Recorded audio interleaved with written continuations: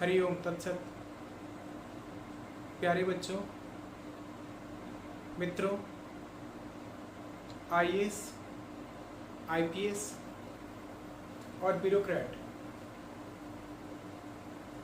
बनकर के भारत माता की सेवा करने वाले प्यारे बच्चों, a lot of wishes from my side। बहुत सारी शुभकामनाएं। तो आपको यूपीएससी में प्रामाणिक बातें चाहिए और प्रामाणिक तथ्य उपलब्ध कहाँ से होगा? तो उसका स्रोत है पांचजन्य। आज मैं आपको दिखाने के लिए लाया हूं ये पांचजन्य शंख। जरा ध्यान से देखिए, ये पांचजन्य शंख है। 14 रत्न जो समुद्र मंथन से मिला उसमें से एक रत्न ये है। लेकिन आज के संदर्भ में इसकी विशेषता क्या है? वो है आपके लिए सिविल सर्विसेज में इस नाम से जुटाए गए उचित तथ्य, प्रामाणिक तथ्य। अब इसमें से हमें जनरल नॉलेज के लिए, सामान्य अध्ययन के लिए और ऐसे इंप्रूव करने के लिए कौन सा आर्टिकल लिखना है, उस पर आने से पहले मैं आपसे प्रश्न पूछता हूं। आपका उद्देश्य क्या है? आप क्या करना चाहते हो? तो मैं उस उद्देश्य को परिभाषित करना चाहता हूं। आपके इस उत्तर को सिंप्लीफाई करना चाहता हूं, क्योंकि आपको पता है, जिस दिन आपको ये बात पता चल गया कि आप क्या कर रहे हो और क्यों करना चाह रहे हो, तो कठिन से कठिन रास्ते आपकी सफलता के लिए सरल हो जाएंगे। परित्राणाय साधूनां विनाशाय च दुष्कृतां धर्म संस्थापनार्थाय संभवामि युगे युगे। परेशानी किसको है? सीधा साधने वाला पुरुष आज के डेट में परेशानी में है। क्या लिख रहे हैं? साधु नाम, सीधे साधे लोग। इन्हीं के साथ तो दिक्कत आती है। समस्या में तो यही है। तो उनका कल्याण करना है। आप ब्यूरोक्रेसी में, आप प्रशासन में शासन को भी ठीक करेंगे और जो नीतियां बनती है उसको जनता तक, हर एक भलमानस पुरुषों तक पहुंचाने का काम करेंगे। और एक काम करना है, विनाशाय च दुष्कृताम। सजा तो देना पड़ेगा, गलत को गलत का सजा, उसका परिणाम उसको भुगतना पड़ेगा। उस काम के लिए भी आप बहुत बड़ा भूमिका, बहुत बड़ी एक्टिविटी आप करेंगे और उचित बातों का स्थापना हो जाए, इसलिए भगवान अवतार लेते हैं। और आपको भी सिविल सेवा परीक्षा में श्रेष्ठ रैंक और सर्वश्रेष्ठ रैंक हासिल करना है और ईश्वर की प्रेरणा से आपको भी अवतारी पुरुष बनना है। तो मुझे लगता है आपका उद्देश्य एकदम चमकते हुए हीरे की तरह, चमकते हुए तारे की तरह, चमकते हुए सूरज की तरह, प्रातः काल के सूरज की तरह आपका ध्येय, what to do and why to do, I think it has made clear. अब हम आगे चलते हैं 5 जानने की उस आर्टिकल की ओर।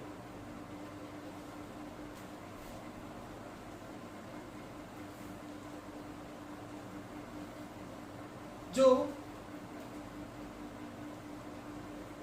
आपके विक्ट्री के रास्ते को खोलता है, उसकी बात हम कर रहे हैं। अंतरराष्ट्रीय संबंध का एक बहुत बड़ा, बहुत अच्छा आर्टिकल, सिकंदर की धरती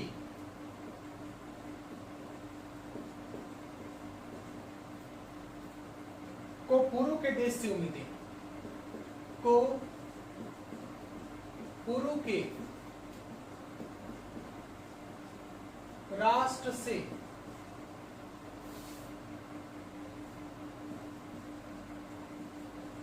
उम्मीदें।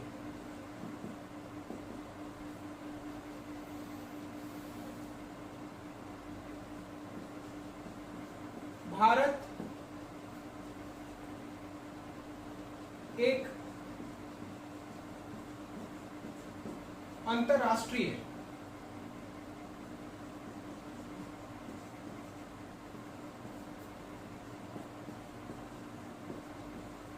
नेतृत्व करता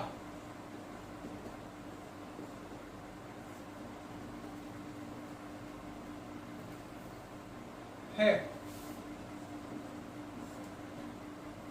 इसकी व्याख्या करें।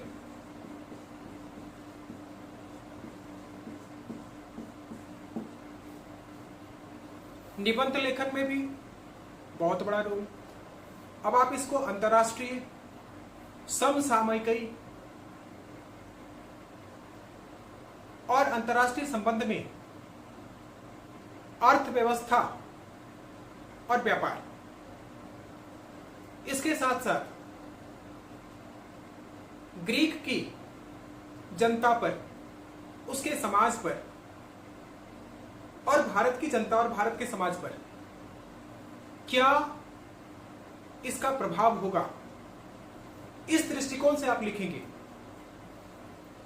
तो कई क्षेत्रों को ये टच कर रहा है।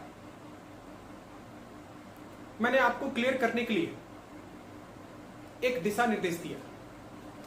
अंग्रेजी में इसको लिख रहा हूं मैं, soil of Alexander, soil of Alexander have hope of ice, hope of ice from country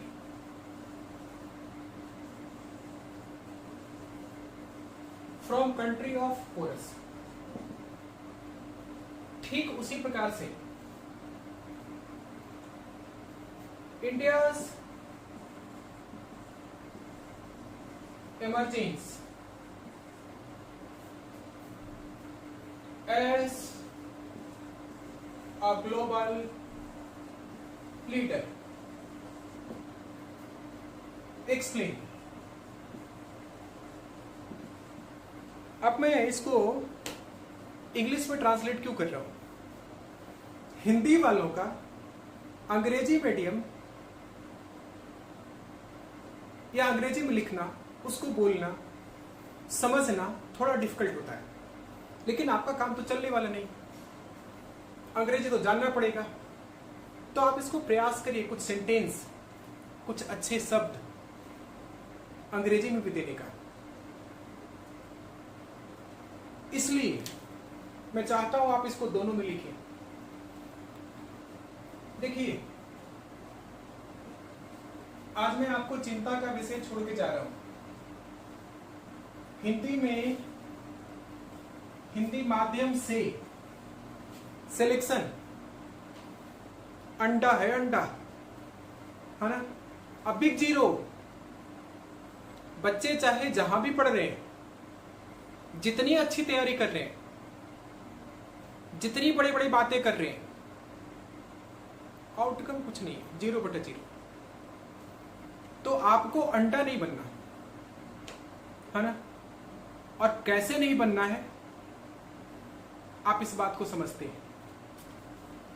अब इस वीक में आपको क्या करना है, इस हफ्ते आप अपने आप को कैसे आगे लेकर के चलेंगे, उसकी बात हम करना चाहते हैं। वीकली टारगेट, वीकली टारगेट क्या है, देखिए जरा ध्यान से। इस हफ्ते आप क्लास 10th एनसीईआरटी को आगे बढ़ाएंगे। आप देख रहे हैं इसमें चैप्टर नंबर 4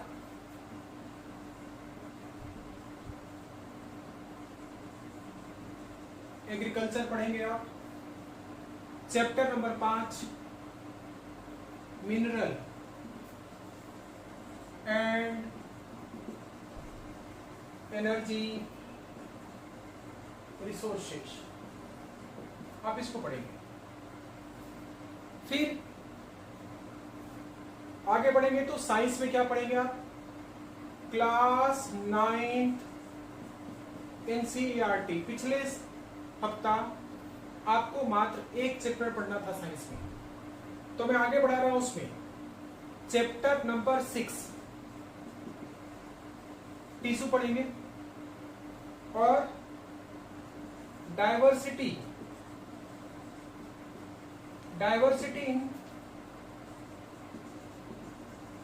लिविंग ऑर्गेनिज्म पढ़ेंगे।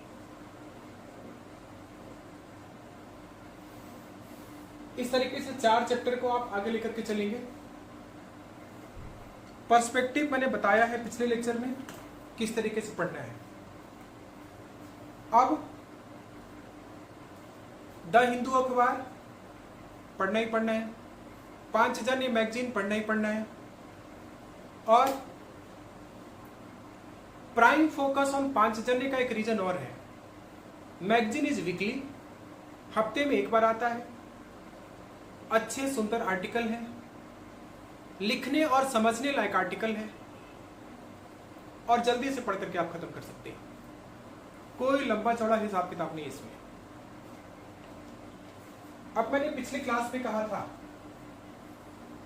कि पिछले 1 महीने का हिसाब किताब हम करेंगे। ये हमारा 4था वीक चल रहा है, तो 4थे वीक के हिसाब से आप वीक में 6 दिन भी पढ़ रहे हैं, तो ऐसे कंडीशन में पर डे 5 क्वेश्चन कर रहे हैं, 120 क्वेश्चन आपने किया। कहां से क्वेश्चन नहीं करना, ट्रिग्नोमेट्री का कोई क्वेश्चन है या ज्योमेट्री का है। वैसे तो ट्रिग्नोमेट्री जो है क्लास 10th में है, लेकिन ज्योमेट्री इसमें है, तो अर्थमेटिक्स, अलजेब्रा, इन सबके क्वेश्चंस को करना है। दूसरा, 9th Claas India and contemporary world, यानी इतिहास की किताब पूरी खत्म हो गई आपकी। तीसरा, साइंस में, विज्ञान में अभी तक आप 5 चैप्टर पढ़ चुके हैं और अच्छे बच्चों ने रिवीजन भी किया होगा, और 2 चैप्टर फिर ऐड हो जाएगा, तो 7 चैप्टर, यानी आधी बुक विज्ञान की खत्म हो गई है। उसी टाइप से 10th क्लास आप उसमें पढ़ रहे हैं अभी तक, टोटल 5 चैप्टर इस वीक में हमने दिया, 2 चैप्टर और, तो 5 चैप्टर आपका क्लास 10th का कंटेम्पररी इंडिया, समकालीन भारत, ये भी मैक्सिमम खत्म हो गया। तो थोड़ा थोड़ा पढ़ करके और थोड़ा ऐसे लिखने आ गया, जीके पर कैसे सोचना है, कैसे लिखना है, ये भी आ रहा है आपको। क्या कंटेंट इंपॉर्टेंट है, ये भी समझ में आ रहा है। इस तरीके से एक राउंड पूरा आपका फिनिश हो रहा है। अब मैं इस बीच में आपको ये बताऊंगा कि न्यूज़पेपर में क्या पढ़ना है।